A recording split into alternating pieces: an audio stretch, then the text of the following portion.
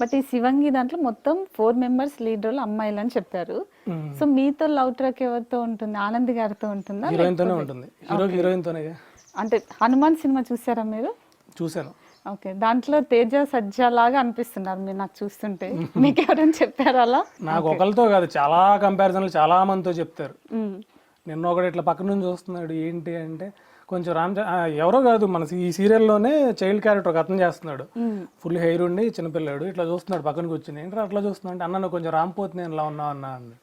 ఒకళ్ళు వచ్చి ప్రిన్స్ అంటారు, ఒకళ్ళు వచ్చి ఆది అంటారు. చాలా అది పోలికలు కలుస్తాయి. అలాంటి కంపారిజన్స్ వచ్చినప్పుడు హ్యాపీగా ఫీల్ అవుతారు? అరే ఎందుకు అలా అని అనుకో. అలా ఏముండదు, నవ్వు వస్తుంది నాకు. తీసుకోవటమే, దాంట్లో ఏముంది తీసుకోపోవడానికి. ఇప్పుడు మహేష్ బాబు గారు అంటేనే నవ్వాలా, ఆ మెరీ అంటే మనం పొంగిపోవాలి ఆయన అంటేనే, మిగతా వాళ్ళు కదా.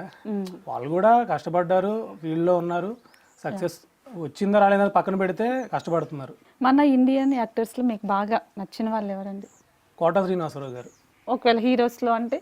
హీరోస్లో అంటే అలా ఒక్కళ్ళని కాదండి, అదేంటంటే చిన్నప్పుడు నాగార్జున గారి ఫ్యాన్ని. తర్వాత ఏంటంటే ఒక వయసు వచ్చిన తర్వాత ఒక్కొక్కరిలో ఒక్కొక్కటి, ఒక్కొక్క క్యారెక్టర్, అంటే మూవీలో క్యారెక్టర్ బట్టి ఏంటంటే మనకు మారిపోతూ ఉంటాం. కొంతమంది అంటూ ఉంటారు, నేను ఒకప్పుడు ప్రభాస్ ఫ్యాన్ కాదురా, ఛత్రపతి నుంచి ప్రభాస్ ఫ్యాన్ రా అని చెప్పి. అలానే ఉంటుంది అందరు.